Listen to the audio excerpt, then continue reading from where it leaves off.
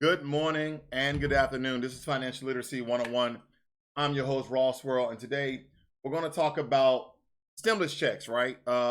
Only 80 million of Americans so far have received their stimulus check, and supposedly this week, another 80 million Americans are scheduled to actually get their stimulus check, the first one. So I know you guys are hearing a lot of information about the second one. They are proposing things. They are proposing two bills, and we'll get into that as well. But the first stimulus check, I saw this story on Market Watch, one of my favorite websites, that I really want you guys to look at. Okay, it's quite. I won't say it's hilarious, but the IRS is sending $1,200 to dead people. Like now, granted, this is a vast country. Some people may have not been registered or had a death certificate. There's so many things that could occur or didn't occur, and things not being translated in a proper manner for money to be wasted, money to go to these dead people. Now, granted, none of this should be essentially cash, but if you live in a household and a check came from somebody and you was the legal guardian, I can see it being actually cashed. So I want you to look at this story with me, and it says IRS is sending 1,200 stimulus checks to dead people. It says more than 80 million Americans are expected to get their stimulus money this week, according to the Department of Treasury. Now, granted, this is dated the 18th, so it's about 3 days old.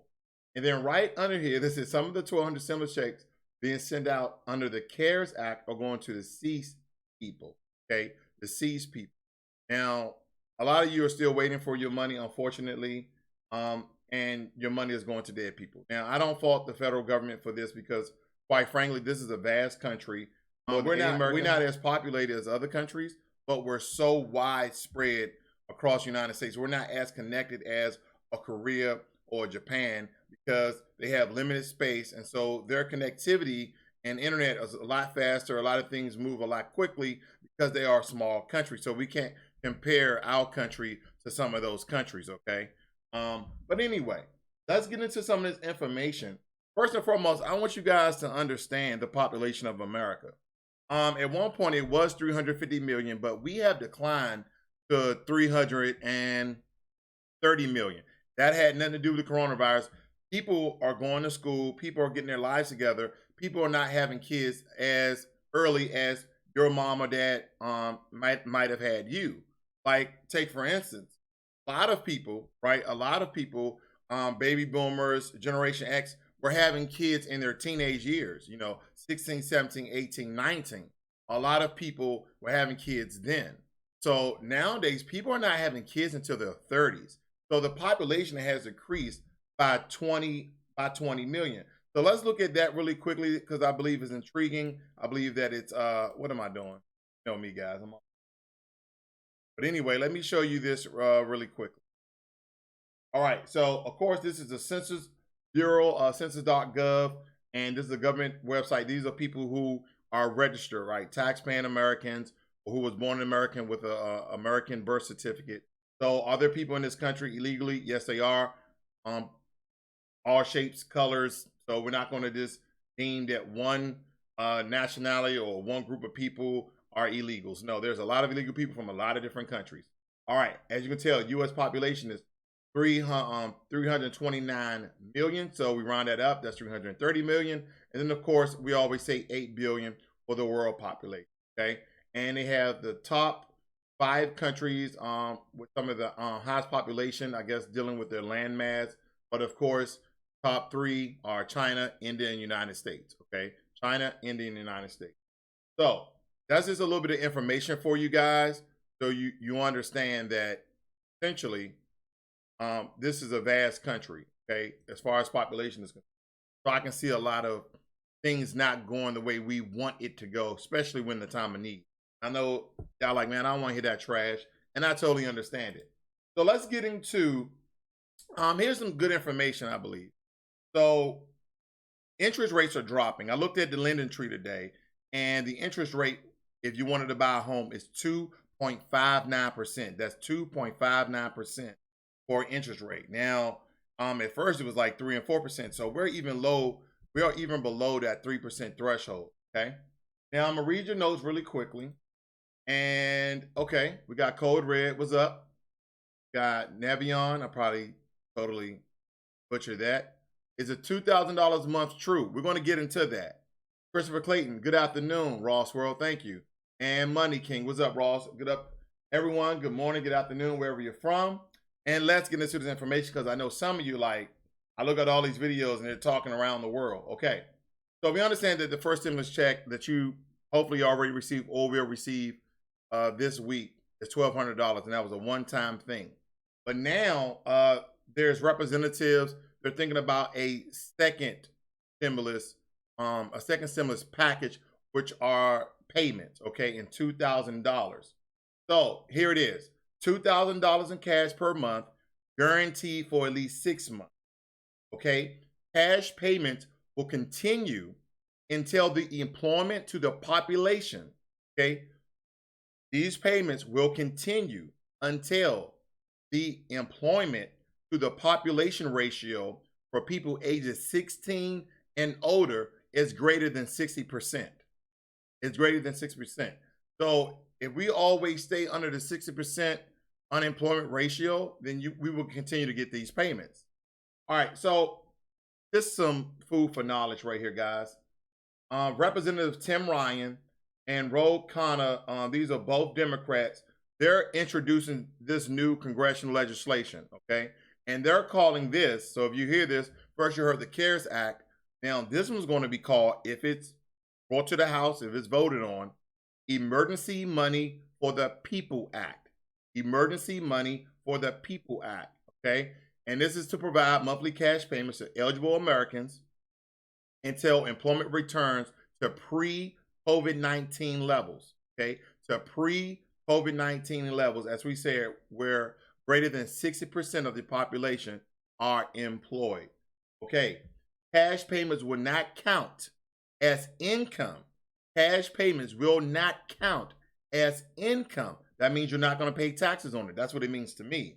Or impact your ability to qualify for an income-based federal or state assistance program. Okay, I'm going to say that again. Cash payments will not count as income or impact your ability to qualify for income-based federal or state assistance program. Okay? All right, now you want to know who will be eligible. Who will be eligible? Every American adult age 16 and older making less than $130,000 annually would receive $2,000 a month. What does that mean to me when I say every American adult age 16 and older making less than $130,000 annually? Okay, they will receive the $2,000. That means that 16-year-old had a job. That means that 16-year-old paid taxes. That is what that's telling me. Or they at least file, or they at least have a job. Because why would they even use that verbiage? Okay, my opinion. It may be different, but that's my opinion. All right, married couples earning less than $260,000 annually would receive at least $4,000 per month. Qualifying families with children will receive an additional $500 per child up to 3 kids. Okay, college students. I know this is very important. College students and adults with disabilities who are still claimed as dependents will be eligible. Okay, I'm gonna say that again.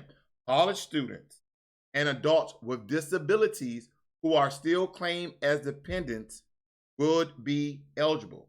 The individual will receive the monthly payment, and their payments or guardian will receive their dependent credit. Okay, so that means that whoever's claiming you on their taxes, whether you're a disabled adult or a college student, your guardian who claims you as their dependent will receive your $500.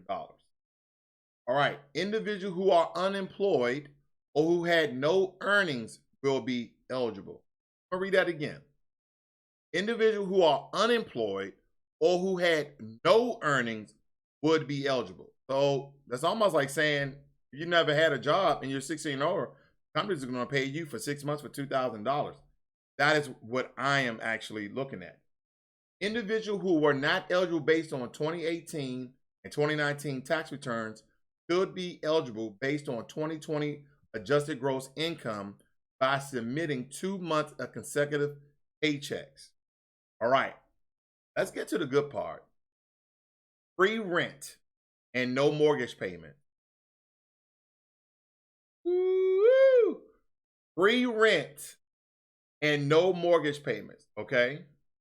Now, the bill will institute, this is the bill we're talking about, the Emergency Care Plan Act for people. I forgot the name already. Let me go back up to my.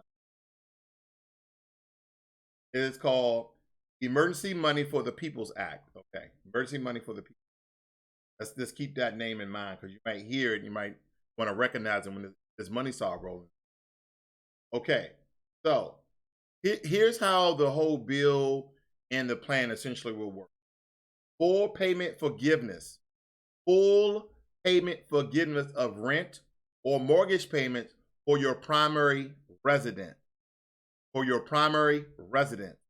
No accumulation of debt for renters or mortgage loaners, people who have loans on their house. Okay, you still pay a mortgage. That's what they mean. No accumulation of debt for renters and people who have mortgages. No negative impact on your credit rating or rental history for renters and people who have a mortgage. So you mean to tell me I'm not going to accumulate a debt and my credit score won't be hurt? This is phenomenal. All right, let's figure out how this thing going to work. Here's the proposed bill, the proposed legislation. This applies to all existing rent or mortgage agreement on a primary residence, including subleases and room rentals. Applies to all renters and mortgage borrowers, regardless of income, amount of rental payment, or amount of mortgage payment. Would be retroactive to March 13th, 2020 and last for 1 year. Renters and mortgage borrowers will be reimbursed for payments made in April 2020. So if this goes through, if you made a mortgage payment in April, you're going to get that money reimbursed. Borrowers who owe a mortgage and separately rent a residence can either receive mortgage relief or rental relief, but not both. Okay, but not both. Okay, people who have mortgages, and people rent a residence can either receive a mortgage relief or rental relief, but not both. Let me read that again. Borrowers who owe a mortgage. Okay, you have a house, you owe a mortgage, and you separately rent a residence. There are a lot of people out there do that. Can either receive mortgage relief or a rental relief, but not both. Okay. So before I get into the landlords and the lenders out there, let me speak my piece on this really quickly. It's not going to be long. If you are still working, you're going to get this $2,000/$4,000 if you, and you're going to have a mortgage relief and renters relief. Now, for people who are thinking about buying a house, now this legislation is not guaranteed, but it's almost like it's time to buy a house because you're not going to be paying it for 6 months. And people who are in the space of buying a house, you're going to be getting an additional $2,000 a month, $4,000 a month that you can use as your down payment for your house. Because we understand if you have a conventional loan for a home, that to avoid PMI, that's private mortgage insurance, you're going to need at least need 20% down to avoid that. And if you with a Fannie Mae or Freddie Mac loan, I think they require you to pay 3.5% on that loan. But nonetheless, there's a lot of things that you can do with this. I might make a separate video about that, how to capitalize off of this, but I just don't know right now.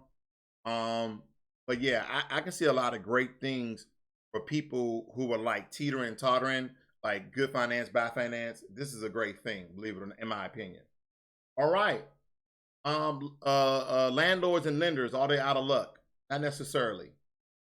The federal government, through the Department of Housing and Urban Development, Ben Carson, would create a relief fund for landlords and a relief fund for lenders by which they can be reimbursed for the lost rent and mortgage payments. So essentially, everybody's getting paid, okay? Because people owe people who owe people who owe people who owe people. So again, the federal government, through the Department of Housing and Urban Development, would create a relief fund for landlords and a relief fund for lenders by which they can be reimbursed for the lost rent and mortgage payments. Lenders and landlords must abide by a set of fair renting and lending practice for a period of 5 years. Right, 5 years. So you're not going to be probably, you can't put nobody out because this is a trickle effect, ladies and gentlemen. Just because we open back up the economy in phases, just because people get their jobs back, doesn't mean that people's finances was not directly hurt, was not directly diminished. A lot of people are losing a lot of money. So I understand that 5 year thing, but there's no details on that just yet, what that's going to actually entail. Now, the federal government will create an affordable housing fund to finance the purchase of private rental properties by nonprofits, public housing authorities, cooperative community land trusts, and states of local governments to increase the availability of affordable and low income housing. Okay? So let me read your notes. I know that was a lot of information. You can always rewind and watch it again. I don't want to make this too long because I want you guys to actually get the information. Okay? Actually get the information. Jimmy Ford, it's always a pleasure to be here. Well, thank you, Jimmy. I appreciate that.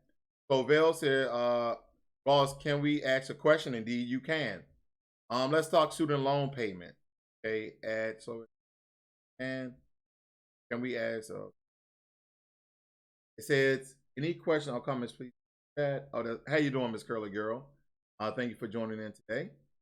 It says, student loans are in forbearance due to the act. I guess you asking, our student loans are in forbearance due to the act. Now, because you have private schools, you have state funded schools like university. What's a state school that's probably state funded, but you still pay. You have private schools as well. You know what? Your best bet, in my opinion, would to call the school, because if it's a private school, each private school are going to have their own forbearance, their own sort of program for relief of the students.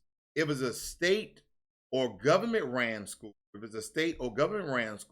you might can go to your state website and get that pertinent information, because we're talking about thousands of schools in America, and every school is not governed by the federal or the state or the local governments. If it's private, they may have their own things. That's just as well as if you are renting, and the people, the lenders, your mortgage, your who I'm talking about, your landlords. Thank you. Your landlords are not under federal jurisdiction because their loans are not federal. Okay, they're not federal loans like Fannie Mae, Freddie Mac, because since they're not under that, they have their each individual programs that could give you some sort of relief. Okay, so I know I'm indirectly answering your question, but basically you have to go out and seek the information, because in America, it's a complex society. You have the private sector and you have the public sector. Public sector is ran by state, local, and federal government, and the private sector is ran by people with money. That's basically. All right, Ashley Hawkins, I'm a landlord, but I don't claim the house on my taxes. I wonder, would I qualify? Don't claim the house on your taxes, but do you claim the taxes under your LLC?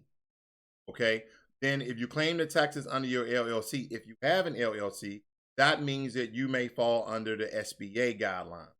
And you might want to read up on that when it comes to the CARES Act, because that's for small businesses. Okay, that if you're funneling the money, I know funneling makes things derogatory. If you're funneling the money through an LLC, that means that is an asset of your business. Okay, your business could be rental properties, essentially. But if you're not filing the taxes under you, who are you filing those taxes under? Because you're receiving profit, and anytime you receive profit in America and you don't know the gray areas to high taxes, you don't, what do rich people do? What rich people do, they do write-offs. They find ways to write off any trip for their business, a plane ticket, food on a plane ticket, they write it off. So if you're not writing it off and you're just not claiming it, or you're claiming it under your LLC, then you might look at the SBA guidelines under the CARES Act. Okay. Celebrity says, I've made 90 of 120 payments towards PSLF Fed loan. Say I will get 5 months credit towards my PSLF while loan is in forbearance. I would rather invest the money for the next 5 months in a value ETF.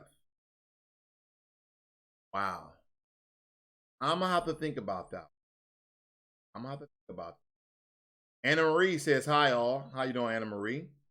And Sloveri also said, "Yes, they are in forbearance. I have Federal Direct." Okay, cool. I consolidated with the Fed loans years ago. And you're talking about you want to invest that money.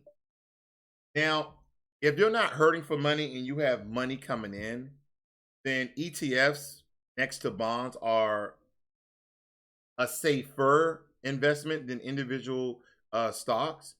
But if you are trying to make some cash quick through some investments, but you are also in a difficult spot when it comes to your cash flow, then the only thing I would do with that money is save it. I wouldn't do anything with it because you don't know what tomorrow may bring during this crisis, during this pandemic. Now, every state, the president has given every state, which didn't really give it because they own their own state. But anyway, he said, "Hey, I'm gonna let you guys come up with your own plan to roll out when you're going to open back up your own individual economies in the state, people getting back to work, etc." So, with that said, we don't know when they open up the country in phases if COVID-19 may spike again, and then they close it back down again. You have your money tied in investments, and we understand that the stock market is very, very, very volatile right now. You got that money trapped, and then the value of your money decreases, and the money you put in, you're not getting back out. So I would tell you to safeguard your funds until we get through this. That is what I would tell you. Hey, everyone. This is Financial Literacy 101. I'm your host, Ross World. Learn money and be inspired. Hopefully I help. I'm out.